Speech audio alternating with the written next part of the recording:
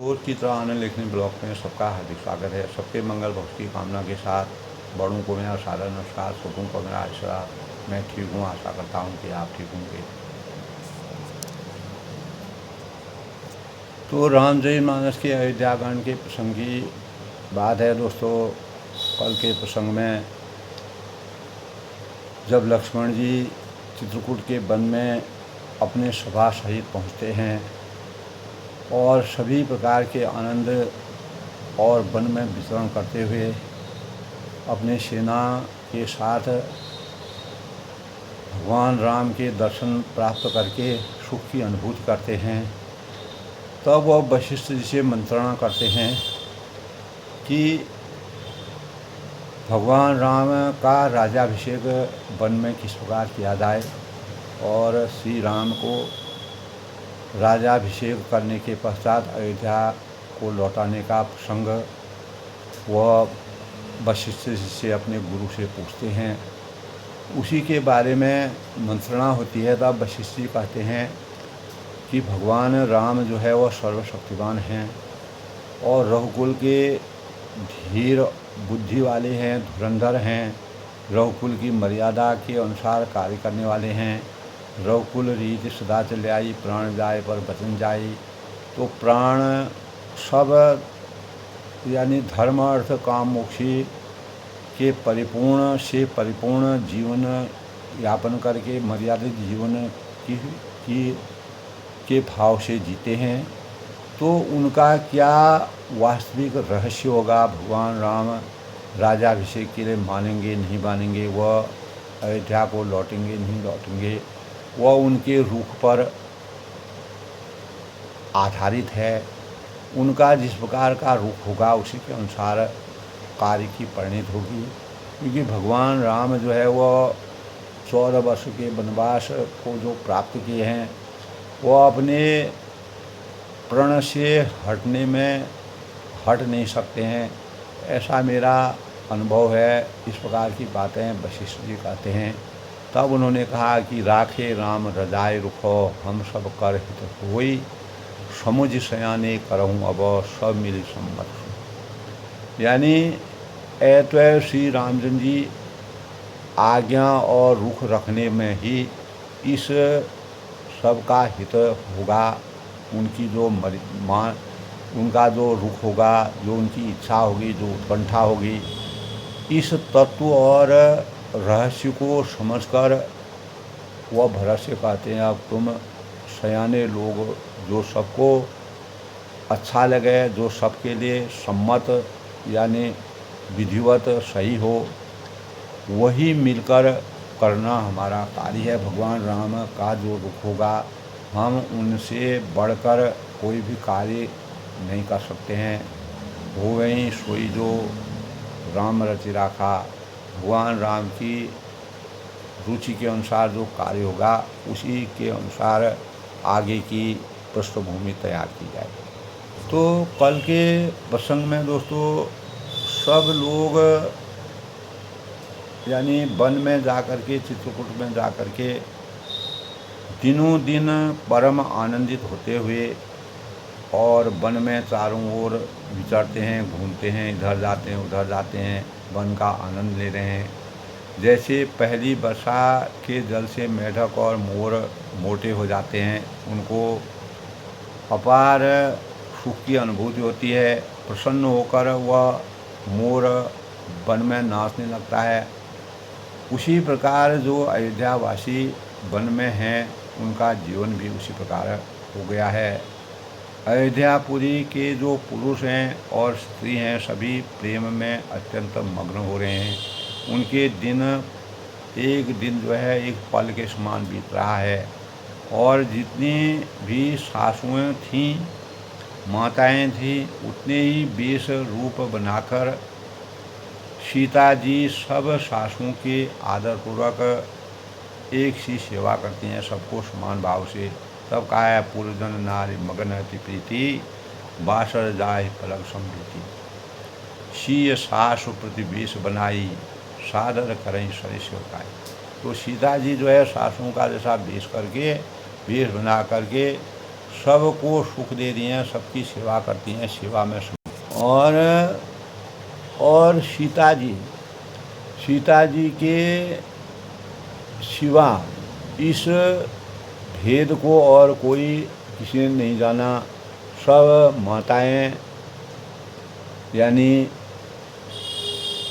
पराशक्ति महामाया श्री सीता जी की माया में ही हैं। सीता जी अपने सासुओं की सेवा से बस में कर अपने सासुओं को बस में कर लिया। उन्होंने सुख पाकर सीख और आशीर्वाद देते हुए सीता जी के सौभाग्यवती और अटल सुहाग की कामना की। तो सीता जी समेत दोनों भाइयों ने श्री राम और लक्ष्मण को सरल स्वभाव देखकर, मृदु स्वभाव देखकर कुटिल रानी के कई भरपेट अपने अंतर्मन में बहुत ही पश्चाताप करने लगे, क्योंकि भगवान राम जी को 14 साल का वनवास किसी परिणाम स्वरूप मिला था, लेकिन अब वह उसका प्रायश्चित कर रही हैं, पश्चाताप कर रही हैं और एकांत में जाकर के वह दुख का रोना रो रही हैं।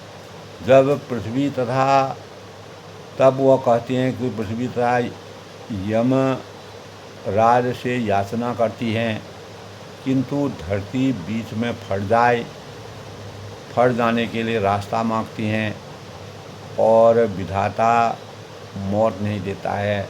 तो इस प्रकार की कई अपने अंतःकरण में अपार दुख का अनुभव करती है।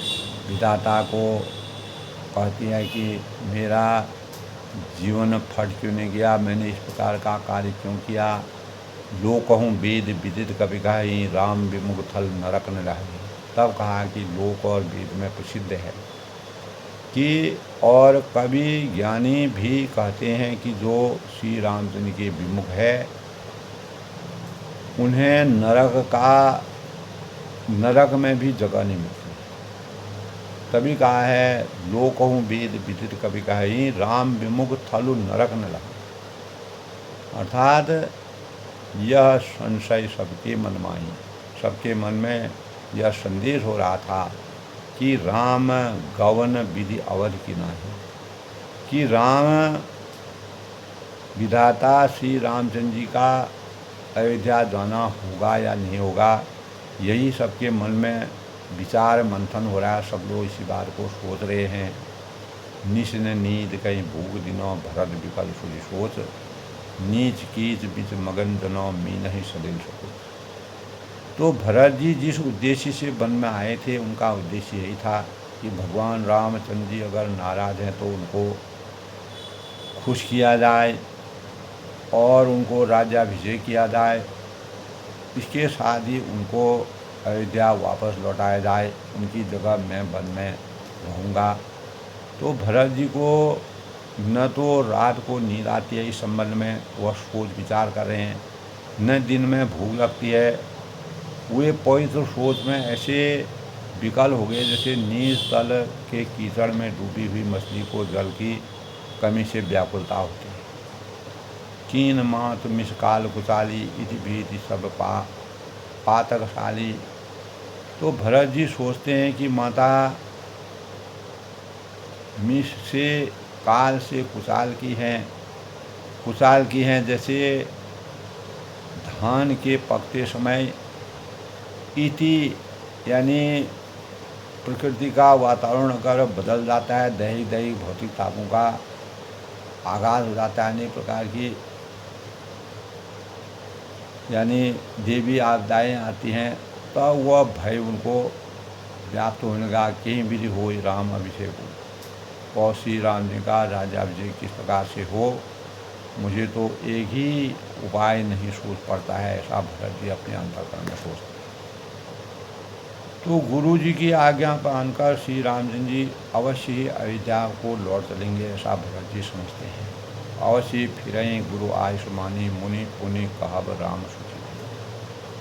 और परंतु मुनि वशिष्ठ जी तो श्री रामचंद्र जी की रुचि जानकर ही कुछ कहेंगे, बिना भगवान की रुचि के आज्ञा के अनुसार उनकी उत्कंठा, उनकी उनके हाँ और ना कहने पर ही गुरु भी सहमत होंगे। माँ तो कहूँ बहु रही रघुराई, राम जननी हट करम न गाओ। क्योंकि भगवान राम से किसी प्रकार का हट नहीं किया रखता है। और अर्थात न श्री राम जी की रुचि देखे बिना जाने को नहीं कहेंगे कि माता कौशल्या के कहने से भी श्री रघुनाथ जी लौट सकते हैं, ऐसा भरत जी के अंतःकरण में बातें आती हैं। पर भला श्री रामचंद्र जी जन्म देने वाले माता क्या कभी हट करेंगी? तो मोहि अनुचर कर कीर्तिक बाता, मुझे सेवक तो बात ही कितनी है, तेहि महा कुसुमय बाम विदाता। उसमें भी समय खराब है, मेरे दिन अच्छे नहीं हैं, भरत जी कहते हैं, और विधाता प्रतिकूल हैं। जो हट करऊँ निमट कुकर्मों, हर गिरी तय गुरु सेवक परमु। यदि मैं हट करता हूँ, ज़बरदस्ती करता हूँ, तो यह घोर कुकर्म भी होगा, अधर्म होगा।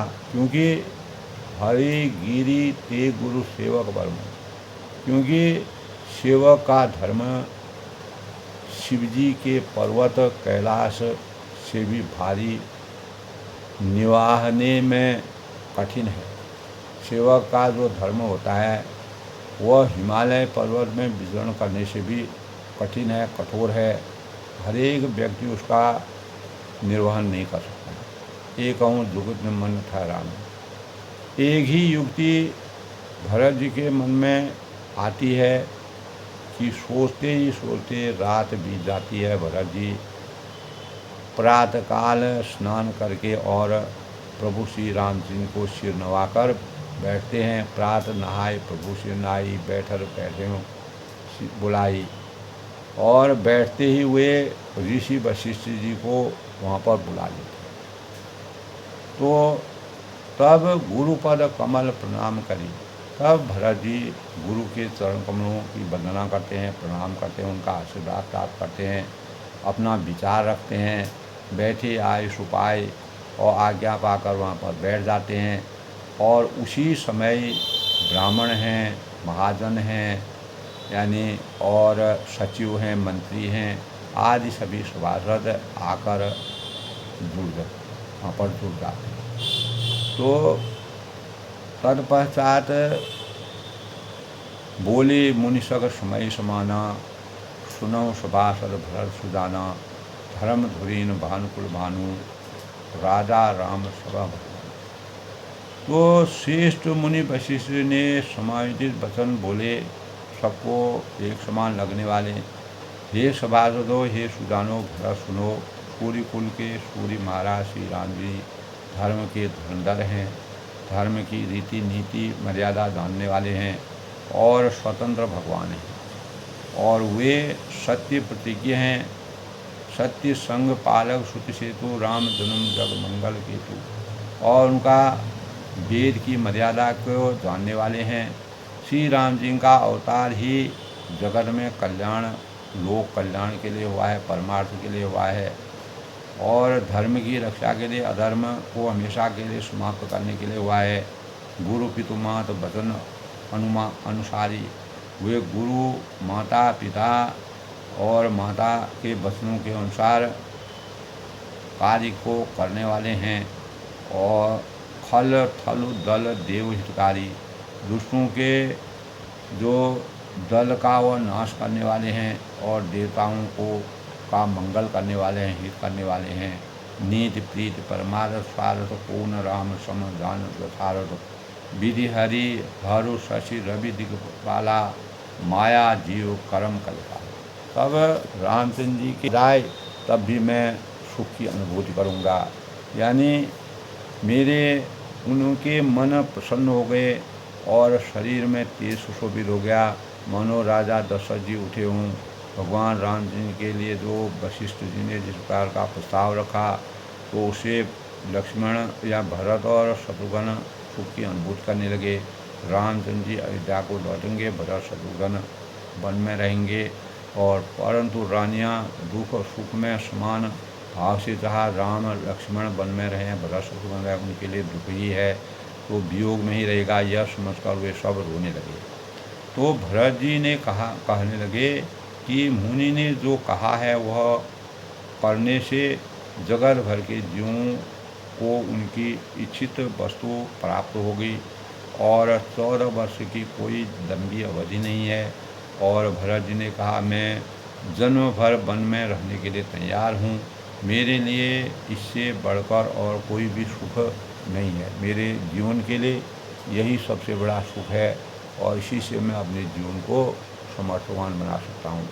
तो तब यानी जब आप मुझसे उपाय पूछते हैं कि यह मेरा अभाग है, भरत जी प्रेमवश वचनों से सुनकर गुरु जी के हृदय में प्रेम उमड़ आया।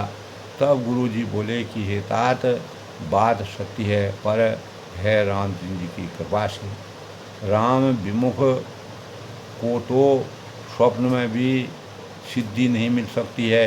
हे तात, मैं एक बात कहने में समझाता हूँ कि बुद्धिमान लोग सर्वस्व जाता देख कर के भी आधे में ही सुख की अनुभूति करते हैं, आधा छोड़ दिया करते हैं। और अतः तुम दोनों भाई भरत और शत्रुघ्न वन को जाओ और लक्ष्मण, सीता और श्री राम लौटा दिया जाए अयोध्या को। ये सुंदर वचन कहकर उन्हें भाई हर्षित हो गए, प्रसन्नता के मारे फूले न समाये और उनके सारे अंग परमानंद में परिपूर्ण हो गए। तो उनके मन प्रसन्न हो गए, शरीर में तेज सुशोभित हो गया, आनंद की अनुभूति हो गई। और तब अंतर्यामी राम सियो तुम सर्वज्ञ सुजान, यानी श्री रामचंद्र जी हर इंसान के, हर व्यक्ति के मन की बात जानने वाले हैं। श्री राम जी और सीता जी हृदय को जानने वाले हैं और आप सर्वज्ञ और सुजान हैं। जो पुर करहु न, जो पुर कहु न नाथ निरौ कीजऊँ वचन कहा। और यदि आप यह सत्य कह रहे हैं, यह हे नाथ आपने आपके वचनों को मैं प्रणाम कीजिए, उससे अनुसार यानी व्यवस्था की, वही हमको मान्य है। भरत वचन सुनि देख सुने हुए। भरत जी के इस प्रकार के मधुर वचनों को सुनकर, उनका प्रेम देखकर सारी सभा सहित मुनि वशिष्ठ जी ने के विदेह यानी विदेह हो गए, अर्थात किसी को भी अपने देह की सुध नहीं। और भरत महामहिमा जल राशि, भरत जी की महान महिमा समुद्र के समान है। और मुनि मति ठाड़ी तीर अभिलाषी, और मुनि की बुद्धि उसके तट पर अबला स्त्री के समान खड़ी है। तो या चह पार जतन जिय हीरा, पावती नाव न बोझित बोरा। और करियों को भरत बढ़ाई, सरसी शिव की सिंदूर मार। तो वह उस समुद्र के पार जाना चाहती है और इसके लिए उसने हृदय में उपाय भी ढूंढे, पर उसे पार करने का साधन नाव, जहाज या बेड़ा कुछ भी नहीं पाती। तो भरत जी की बड़ाई और कौन करेगा। तलैया की सीपी में भी कहीं समुद्र समा सकता है। इस प्रकार के भाव तुलसीदास जी ने वर्णन किए हैं। भरत मुनि मन भीतर भाई, मुनि वशिष्ठ जी ने की अंतरात्मा को भरत जी बहुत ही अच्छे लगे। अंतरात्मा की बातें तो वशिष्ठ ने कहा, भरत जी को बहुत सुहाई। सहित समाज राम पहियाई, और वे समाज सहित श्री राम जी के पास उपस्थित हुए। प्रभु प्रणाम कर दीन सुहासन। प्रभु श्री राम जी ने प्रताप कर उत्तम आसन सबको प्रणाम किया। उन्होंने सबको और उसके बाद सबको उत्तम आसन दिया। बैठे सब सुनि मुनि अनुशासन, और सब लोग मुनि की आज्ञा सुनकर बैठ गए। और बोले मुनिवर वचन विचारी, श्रेष्ठ मुनि देश काल और अवसर के अनुसार, देश काल परिस्थिति के अनुसार विचार करने लगे।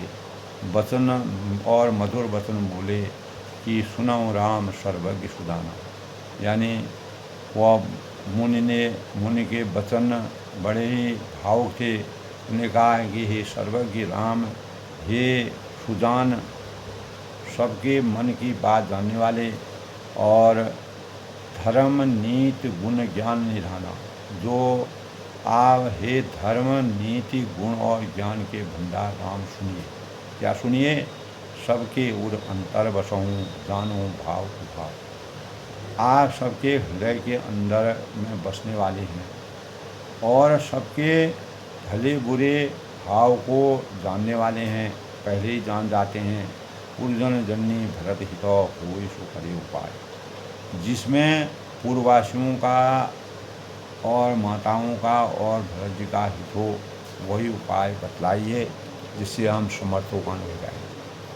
तो आरत करहि विचार न काऊ, सूझी जुआरी आप न दाऊ, सुनि मुनि बचन कहर रघुराऊ, नाथ तुम्हारे ही हाथ उठाओ। तो आर्त दुखी लोग कभी विचार कर नहीं करते हैं। तब जिस प्रकार जुआरी को अपना ही दांव सूझने लगता है, मुनि के वचन सुनकर श्री रघुनाथ जी कहने लगे कि नाथ तुम्हारे हाथ उठाओ। हे नाथ, उपाय तो आप ही के हाथ में है, आप जैसा करेंगे वैसा। सब कर हित अब रावरी राखे, आपका सब यानी आपका रुख रखने में और आपकी आज्ञा से ही सत्य कहकर प्रसन्नतापूर्वक पालन करने से ही सबका हित है। प्रथम जो आयुष मोकहूँ होई, पहले तो मुझे जो आज्ञा हो मैं उसी शिक्षा को माथे पर चढ़ाऊँगा, शिरोधारी करूँगा और आपके आज्ञा अनुसार ही मैं कार्य करूँगा। मुनि जेहूँ जहाँ जह करब गोसाई। और फिर हे गोसाई, आप जिसको जैसा कहेंगे, जिसको जिस प्रकार की आज्ञा देंगे, जिसको जिस प्रकार का आदेश देंगे, वह सब तरह से सेवा में निमग्न हो जाएगा और आज्ञा का पालन करेगा। कहा पुनि राम सत्य तुम गाथा। मुनि वशिष्ठ के कहने लगे, मुनि वशिष्ठ जी कहने लगे कि हे राम, तुमने सच कहा, भरत स्नेह विचार न रखा कि पर भरत जी के प्रेम ने विचार को नहीं रहने दिया। तेहि तैं कहो रे बहोरी बहोरी। इसीलिए मैं बार बार कहता हूँ, बार बार अनुरोध करता हूँ कि मेरी बुद्धि भरत जी की भक्ति के वश में होगी। भरत भगत जी बस बड़ा मत में, मेरी बुद्धि, मेरा तर्क, मेरा ज्ञान भरत जी की बुद्धि के अनुसार हो गया है और मोरे जान भरत रुचि राखी। और मेरी समझ में तो भरत जी की रुचि रखकर कुछ किया जाए और जो कीजो सो शुभ शिव राखी। और शिव जी भी साक्षी हैं उसकी। जो कुछ किया जाएगा, जो कुछ भी आगे की रचना के बारे में किया जाएगा, शिव जी उसके साक्षी होंगे और यह सब शुभ ही शुभ होगा, शुभ ही सगुन होगा। उसी से हमारे जीवन का कल्याण हो सकता है। रघुकुल की मर्यादा सजीव रह सकती है, मर्यादा का सहर्ष अनुपालन सुनिश्चित किया जा सकता है। भरत विनय सादर सुनिए। पहले भरत जी की विनती आदरपूर्वक सुन लीजिए, करिए विचार बहोरे, फिर उस पर विचार मंथन कीजिए। भरत जी क्या कहते हैं, क्या चाहते हैं, क्या सोचते हैं। करब साधु मत लोक मत। और तब साधु मत, लोक मत और राजनीति तीन चीज़ें हैं। साधु मत सज्जनता, लोक मत जो सबके लिए हितकारी है, और राजनीति जिसमें हमारा शासन, अयोध्या का शासन सही ढंग से अच्छी प्रजा के हाथों में जाए।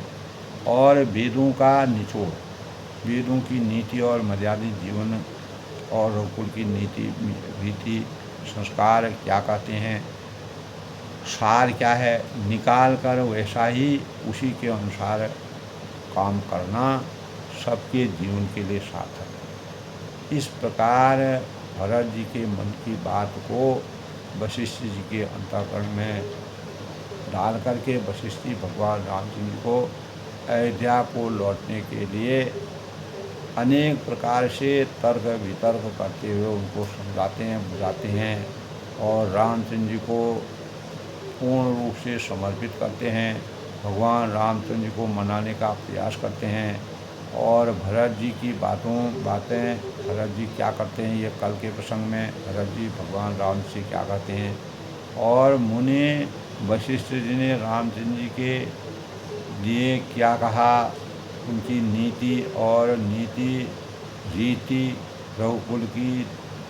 रघुकुल की मर्यादा के अनुसार क्या काम करना चाहिए, जिसे लोकमत और जनमत और सभी प्रजा का हित हो और धर्म की धुरी का पालन सुनिश्चित किया जाए, रघुकुल की मर्यादा का सही ढंग से अनुपालन हो और राजा के द्वारा किए गए जो संकल्प है उसका सही ढंग से निर्धारण कर सकें। तो तुलसीदास जी ने दोस्तों भरत जी और वशिष्ठ जी के अंतःकरण में भगवान राम जी को अयोध्या लौटने का जो विचार मंथन किया है, वह कितना भरत जी अब रामचंद्र से स्पष्ट भाव में क्या कहते हैं। मुनि की आज्ञा पा करके भरत जी रामचंद्र से कहते हैं कल के प्रसंग में। आज के प्रसंग में भरत जी और रामचंद्र के बीच में जो संवाद है, जो यानी रघुकुल की नीति और मर्यादा के अनुसार कार्य है, वह कितना प्रासंगिक है। तो पहले भरत की विनती आदरपूर्वक तब मुनि ने कहा सुन लीजिए रामचंद्र से, फिर उस पर विचार मंथन कीजिए, जैसा आप सोचेंगे वैसा ही होगा। और तब साधु मत, लोकमत और रानी तीनों का जो गठजोड़ है, तीनों का जो समायोजन है और वेदों का निचोड़ सार जो भी निकल कर सामने आएगा, वैसा ही उसी के अनुसार आगे की रचना और चरितार्थ किया जाएगा। इस प्रकार दोस्तों अपनी वाणी को विराम देते हुए आज के प्रसंग में भरत जी के अंतःकरण में भगवान रामचंद्र जी के प्रति राज्याभिषेक करने की कितनी लालसा है और वह अपने भार को रामचंद्र को सौंपना चाहते हैं, जो रघुकुल की नीति के अनुसार है, मर्यादित है। लेकिन भगवान रामचंद्र जी क्या कहते हैं, भरत जी उनसे क्या कहते हैं, उसका उत्तर क्या मिलता है, कल के प्रसंग में अपनी वाणी को विराम देते मैं सबके मंगल और उसकी कामना करता हूँ। सब लोग सुखी रहें, खुश रहें। जय श्री राम के साथ आज का प्रसंग समाप्त।